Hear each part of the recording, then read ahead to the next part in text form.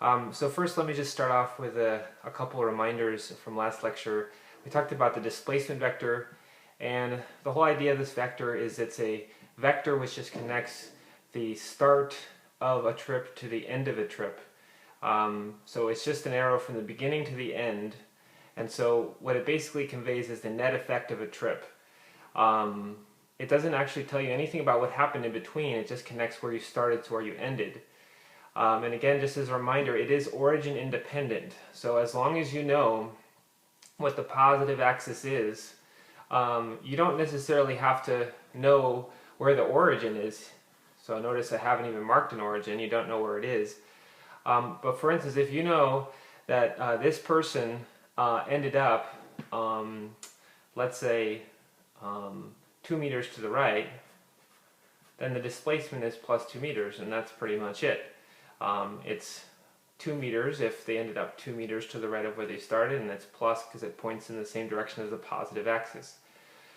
But as I mentioned, the net effect of the trip, there could have been a lot of different ways that you started in one place and ended up 2 meters to the right. Now certainly the most simple thing you could have done is just to literally go in a straight line like this. But here's another option. Maybe you started here, you went this way, then went back a little bit towards where you started. Maybe you thought you forgot your keys or something like that, and then continued, and then ended at the destination. Or I'll even give you a third option, which is the one I'm going to work with for most of today. Maybe you went over here, you went past your intended stopping point, and then came back. So notice these are 3 different options, but they all start and end at exactly the same location, and so they would all have the same displacement. So all of these 3 trips here have the exact same displacement. Again, I'm supposing that from here to here is 2 meters. But obviously these trips are different. There's something about them that's different, and the quantity which actually describes their differences is a quantity called distance. So I'll write that over here, distance. I will use the letter D for that. And you can tell right away it has no vector hat, so it's going to be a scalar. It's just a number. It's always positive. And what distance for is to count up those details that the displacement kind of ignores. So if the displacement really kind of ignores the details of the trip and just talks about the net effect, in other words, how does where you end differ from where you started, the details are what distance is all about. And so what it does is it counts every step of the trip. Okay? So let me give you some examples here, or let me actually use the same examples I was using before. This right here, since you walked in a straight line, the actual distance you covered happens to be the same size as the displacement. So here, the distance is equal to, or it has the same size rather, as the displacement. And because you walked in a straight line. And I guess I should mention, why did I put absolute value signs there? That's just kind of to make it a fair fight, because displacement can be plus or minus, as we know. This happens to be plus, but if you're walking the other way, it's minus. Whereas distance is always plus. So if we're going to compare 2 things, we can't compare apples and oranges. We can't compare a scalar to a vector. So what we have to do is put them kind of on even footing. So just talk about which one is bigger if you ignore the sign of the displacement. So anyway, here, the actual distance you've covered is 3 meters. And because you did it all in a straight line, that's how far you end up from where you started. So your displacement and your distance are the same. But notice in these 2 cases, the distance is actually substantially greater, or greater, potentially substantially greater, because part of your trip is doubling back over itself. So here you double back over yourself in the middle, and here you double back over yourself toward the end. And so if you counted every step that you took, what you would find is that you've actually covered more ground at counting every step than if you just looked at how far you finished from your starting point. So let me use this last trip as an example, for instance. Let's say you walked 3 meters to the right, and then back, I guess that would be 1 meter to the left. And so what we find here is that if you count every step, you've of course traveled 4 meters. However, if you only look at the displacement, I can put the displacement vector here again. So here it is. I'll drop it down here. Displacement vector looks like this. So if I just connect starting point to ending point, I only wind up 2 meters to the right of where I started. So notice that you can walk 4 meters, but only wind up 2 meters to the right of where you started, simply because you're doubling back over yourself. So again, the size of the displacement is 2 meters. So you can see, indeed, that the distance covered can be greater than the actual displacement. So if we're going to combine these two into a single statement, we could do that. It looks like this. So notice that covers both eventualities. It covers that they may be equal in size because you happen to walk in a straight line. So you walk 2 meters away from your starting point, and you also walk 2 meters total.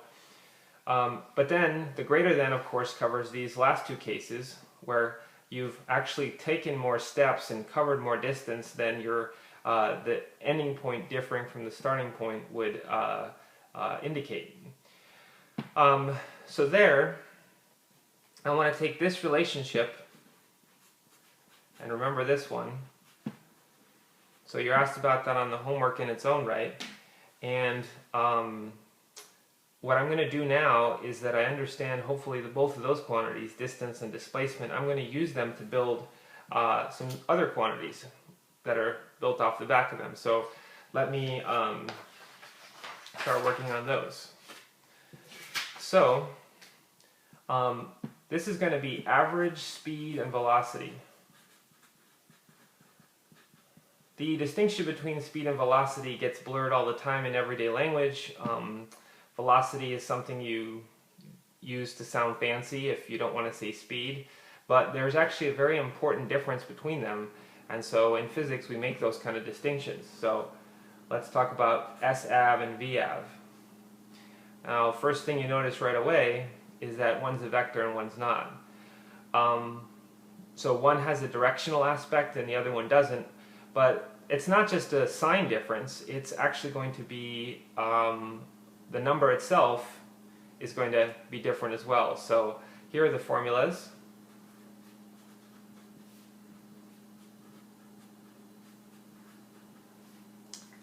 Here's how you compute those guys. So if you want to find the average speed of a trip, you take the distance traveled, so counting every step, and then divide by the time it took for you to do it. And then over here, notice we're using the displacement. So the displacement divided by the time taken. So these are average values. So if you have a trip where the initial point is the beginning and the final point's the end, you're going to have a single value for the average of your whole trip. Now, a couple things I want to point out first. The average velocity has the displacement as input, which is of course a vector, and we know that that can be plus or minus. It can be 0 as well, of course, but it's directional. And what we notice is that if you divide by the time taken, which is delta t here, well, time taken is always positive because, of course, you can only travel forward in time. And so what that means then is that the sign of V-av will be the same sign. So basically, delta x will give its sign to V-av. And what that tells us mathematically is that V-av and delta x are in the same direction always. So they're either both going to be plus or they're both going to be minus. They can't have opposite signs. Now, I've just motivated that mathematically, and that this gives its sign to this. But you can also think of it conceptually. If you have a number line, the plus x-axis, and something ends up being displaced to the right, The only way that it can end up to the right of where it started is if, on average, at least, it goes to the right. So your average velocity has to point to the right if you're going to end up to the right. Likewise, if you want to end up to the left of where you started, have a negative displacement, something like that, then the average velocity has to point that way. Okay? So these two always share the same direction. It makes a lot of sense. You can't wind up to the right of where you started if you average going to the left. Okay? It doesn't mean you can't be going to the left at one point. So, for instance, over here in our previous page, we look at this trip right here. You're going to the right, then left, then right. It doesn't mean you can't go to the left sometimes, but you have to spend more of your time ultimately going to the right. Your average velocity has to be to the right if you're going to end up to the right. So that's kind of the conceptual interpretation of why they have the same sign. I guess I should number this page. So this is page 2. Okay, so let's go ahead and kind of learn about these quantities further. So one thing I will point out is that the distance was greater than or equal to the displacement. That's from the last page. And so if we divide those quantities basically by the times, we're going to find the same relationship in the new quantities. So remember, it's not just about sign. It's not just that speed, average speed is a positive always, and average velocity can be plus or minus because it has direction. It's more than that. So generally speaking, the numbers can be different as well. And so I'm going to kind of keep piggybacking off the example from page 1. So this is going to be my example right here, walking 3 meters to the right and then 1 meter back to the left. So let me just copy it onto this page, make it a little bit bigger. So this is 3 meters, this is 1 meter, and so let me remind you what we said was that the distance traveled was 4 meters, counting every step, but your displacement, connecting the initial to the final location, your displacement was only plus 2 meters. You only wound up 2 meters to the right of where you started. Now, in order to go to the next set of quantities, I also need to say something about the time. So let me suppose, and again, this is just adding some extra information that I didn't give you before. Let's say that this took 3 seconds, this 3 meters, and then let's say this 1 meter part took 2 seconds. So we have kind of 2 parts of the trip, and we can call the total time 3 plus 2, which is 5 seconds. And of course we can compute here our average speed, distance over time. So we traveled 4 meters in total, took 5 seconds, so that's 0.8 meters per second. That's my average speed. If I computed my average velocity, I take my displacement over the time. And of course the displacement's plus 2 meters. You wound up 2 meters to the right of where you started. It took you 5 seconds to do that. So your average velocity is 0.4 meters per second. And again, it's plus, indicating that it is indeed to the right. That's what that plus means. So we see that indeed this is greater than this, just like we said right here. And that's of course because this is not a straight line path. So while they can be equal for a straight line path, generally speaking, if they're the SAV will be greater. And so there's an example of how to compute these guys. And I'm actually going to keep using this example right here, continuing forward with the next set of quantities, which will tie into these as well. So let me now introduce instantaneous speed and velocity. Instantaneous speed and velocity. And for these we use S and V. And notice there that we do not put the subscript instantaneous. It's a long word to say, it's a long word to write.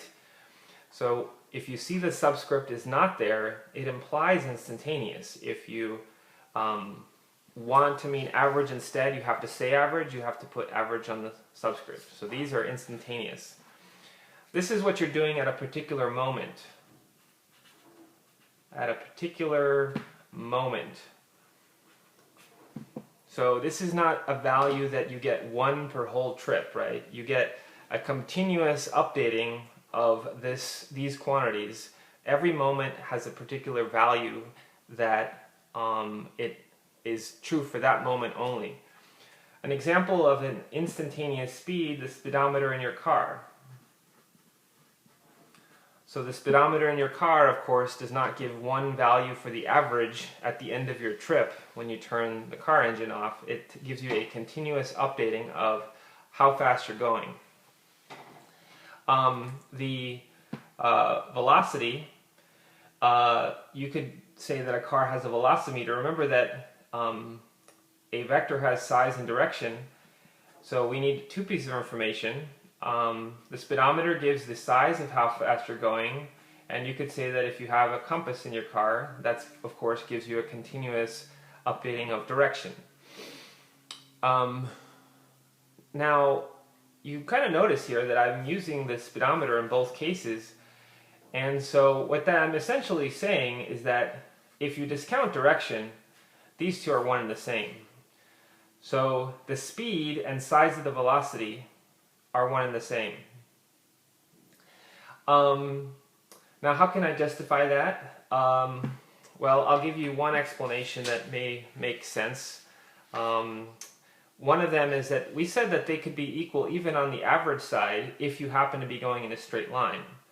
Well, if you have one instant here, this is what we're talking about, one instant, then you cannot possibly double back on yourself in an instant. So when you narrow it down to your interest as being in one instantaneous moment, then of course there's no possibility of anything but a very small straight line path, basically in one instant. So if that doesn't make sense to you, it's not that important. That may ring a bell with some of you. But what I want to do is talk about how is it possible that these are equal at any instant, but when you start averaging them, and you can believe you can average this to get SAV, right? So the average of all your instantaneous speeds during a trip will be your average speed. And you can average all your V's and get VAV as well. And so if you average these guys and you average these guys, how is it that at some point it becomes possible for this to be greater? So if they match up on the individual level, how can they start not matching up when you start taking averages? Just to give away the punchline a little bit, how is it that this ends up being this? It's because they're not exactly equal. Remember, there's an absolute value sign here. So they're not equal, they're equal within, if you don't look at the sign, and that's in fact exactly what happens. So in order to kind of make this a little bit more tangible, I'm going to go back and I'm going to look at my previous example again, this one right here, and let me go ahead and let me just show you here for a second. So let me again keep on adding information to this, information that I kind of have to give you as we go along. Let me say that this part is not only 3 meters, not only that it takes 3 seconds, but that going from here to here, you do the most boring thing possible.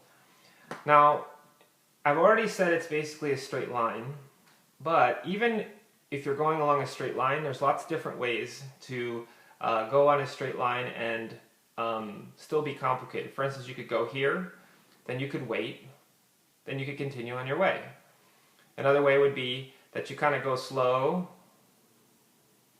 stop, speed up, right? There's lots of different ways to do that, and I want to just add an additional restriction that this whole leg of this trip is at a constant speed, and so on, and this is at a different constant speed. So this is S1, I guess, and I'll call this S2. Whoops, constant S2, and this is the constant S1. So that's not necessarily true, but I'm just saying let's say that's true so we can discuss. So what that means then, during leg 1 of the trip, so I'm calling leg 1 this first part, the rightward part. I guess I can write that down here. That's the rightward part.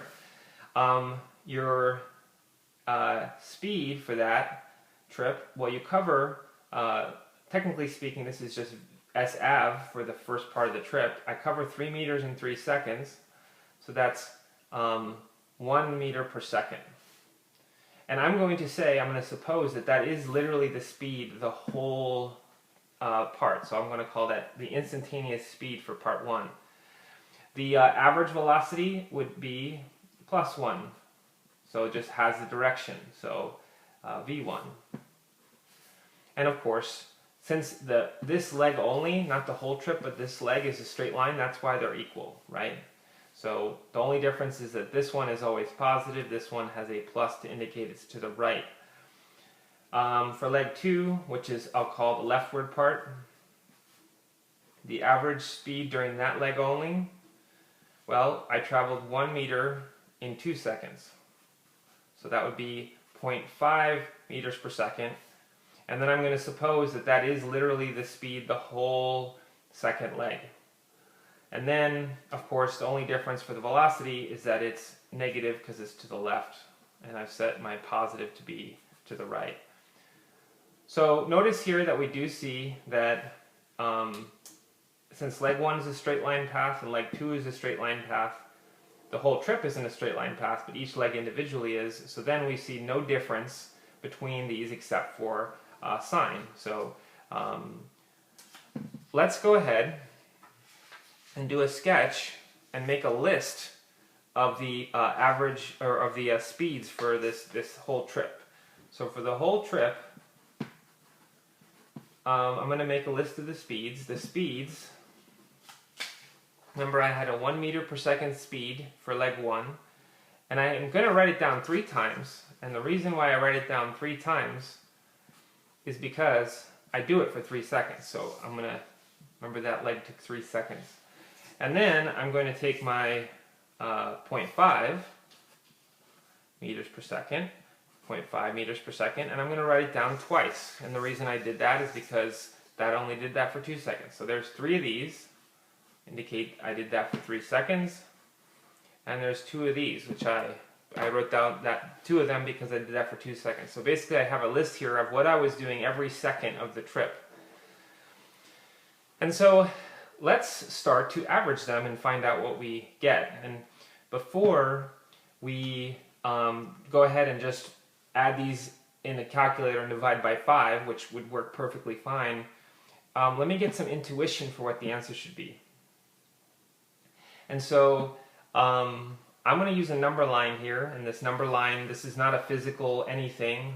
This is not the x-axis. This is not where someone's walking around. It's just a number line to kind of help me estimate the average. So I'm going to mark my 2 values on there, 0.5 and 1, and those are the only 2 numbers that appear on this list.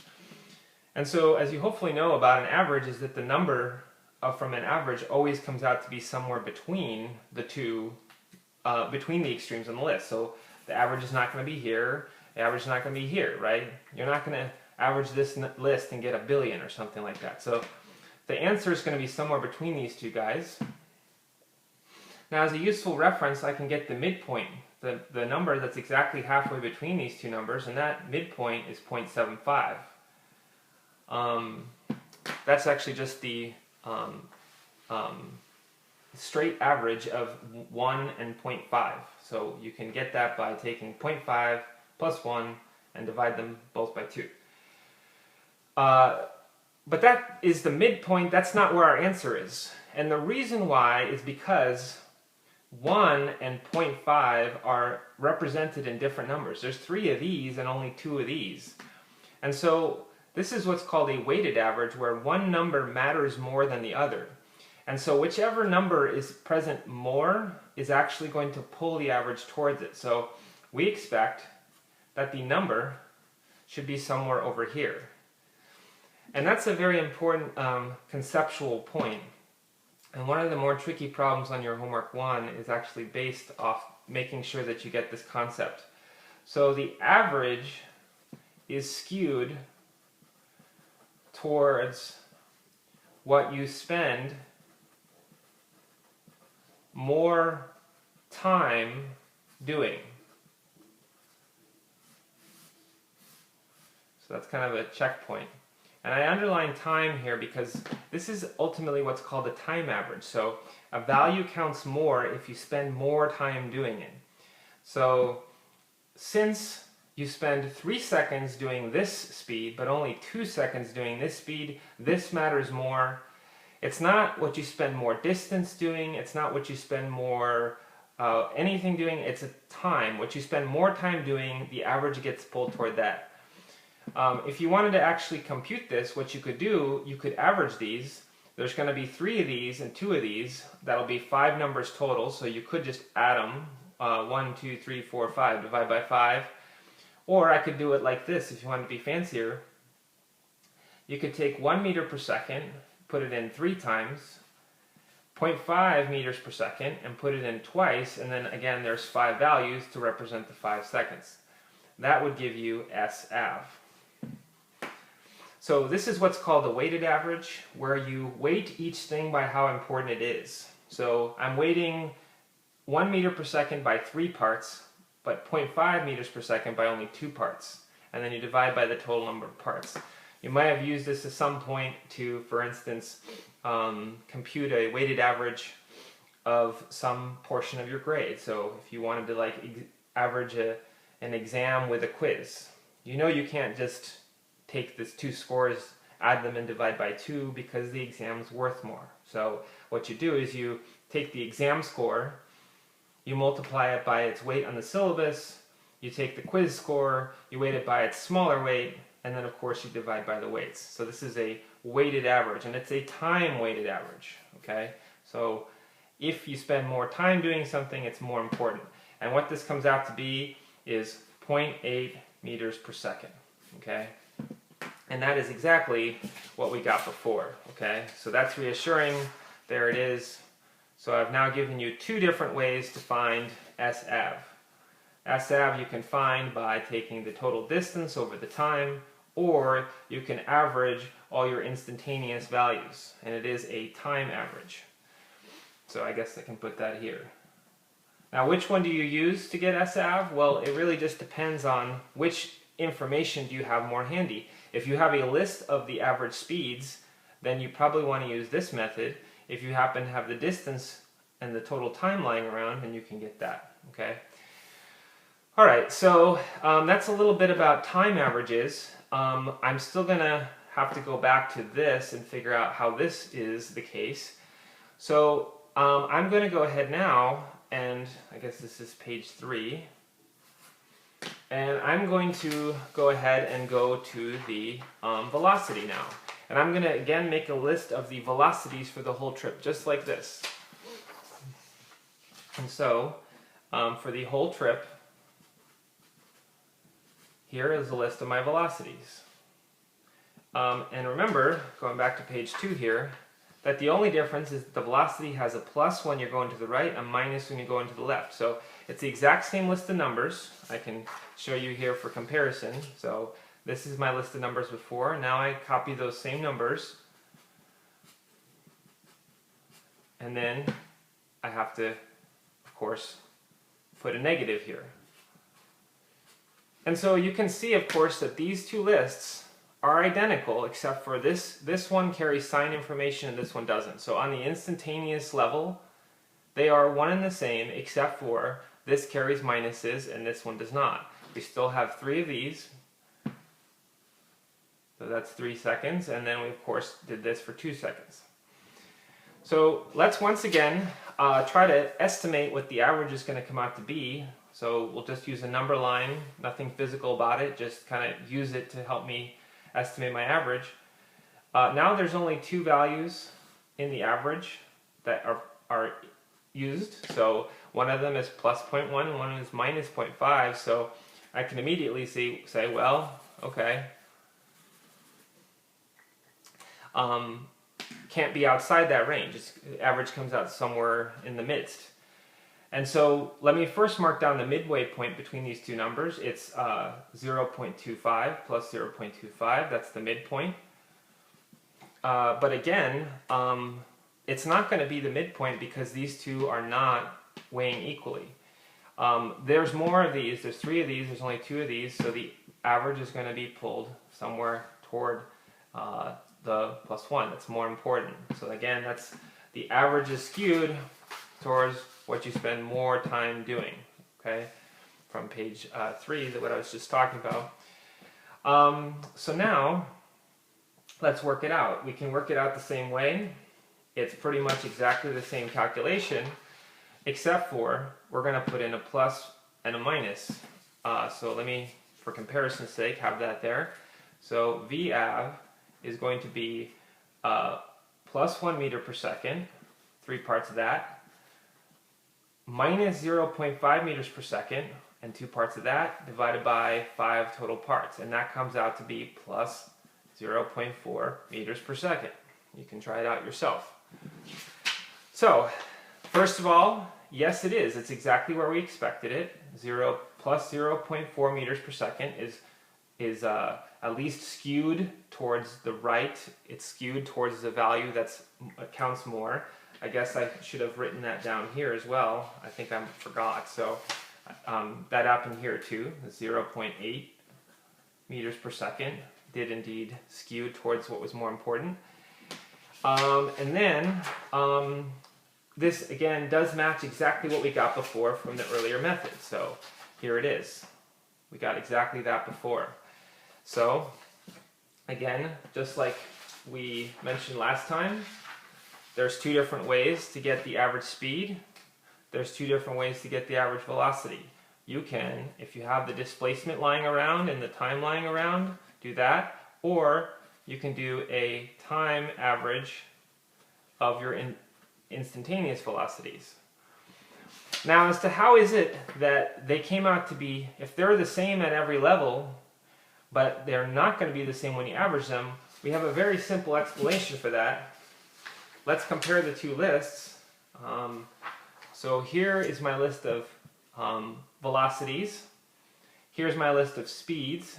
And of course, the averages are not going to come out to be the same. This is a string of numbers where there are mixes of plus and minus signs. And this is a string of numbers, the same numbers, but with all of the signs stripped, so they're all positive. So of course, a list of numbers, which is a mix of plus and minuses, is going to come out to be a different average than a list of numbers where all the signs have been stripped. So we've solved the mystery. How is it that this is possible? This is averaging with all plus signs, and this is averaging with plus and minuses included. And so that's how the averages can come out to be different. Oops, I forgot this here. The averages can come out to be different sizes, even though at an instantaneous level they are the same size, but again, without considering direction. That's the big difference. Okay, so that's a little bit about the relationship between speed and velocity, both on the average and instantaneous level. As a kind of a final take-home point, let me imagine this. Let me imagine a trip where I go in a circle, or not a circle, but I finish where I started. So let's say I go 1 meter per second, 1 meter per second, 1 meter per second. So I go to the right, I do that for 3 seconds, and then I return. We could talk about, for instance, the average speed. Now the average speed, of course, average of a bunch of ones is 1 meter per second. You can also do this doing distance over time. You should be able to reason that the total distance here, if you do this, you'll go 1 meter, 2 meter, 3 meter, 4 meter, 5 meter, 6 meters. You'll do 6 meters it takes you 1, 2, 3, 4, 5, 6 seconds. So it does come out to be the same. Now if we did this on the velocity side, this is positive, positive, positive, negative, negative, negative, because you came back. So this is, I should have labeled initial and final point. And so average of a list of equal numbers of plus ones and minus ones, well, the average of that list is going to be 0. You could also think of it as displacement over time. Well, the displacement of this is 0. So how you ended did not differ from where you started at all. So, of course, if you have a displacement of 0 meters in 6 seconds, this comes out to be 0 as well. So we do see, again, there you have it. Whichever method you use, whether you use this method or this method, you'll get the same value. Okay? So that right there, that is the end of homework 1 material. And